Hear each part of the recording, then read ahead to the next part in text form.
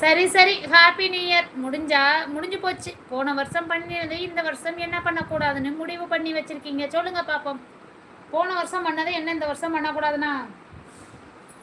போன வருஷம் வந்துட்டு நல்லது கெட்டது எதுன்னு யோசிக்காம அமைதியாக இருந்துட்டேன். நமக்கு பிரச்சனை வேண்டாம், அமைதியாக இருந்துருவோம் அப்படின்னு. இந்த வருஷம் அப்படி இருக்கக்கூடாது. எந்த பிரச்சனை வந்தாலும் நீ ஒன்று பண்ணேன்னா நான் 2க்கு நிற்கணும். அதைத்தான் முடிவு பண்ணி வச்சுருக்கேன். நல்லது அப்படின்னு பார்த்தா இன்னும் சேனலை வந்துட்டு போன வருஷம் வந்துட்டு ரொம்ப அசால்ட்டாக விட்டுட்டேன்.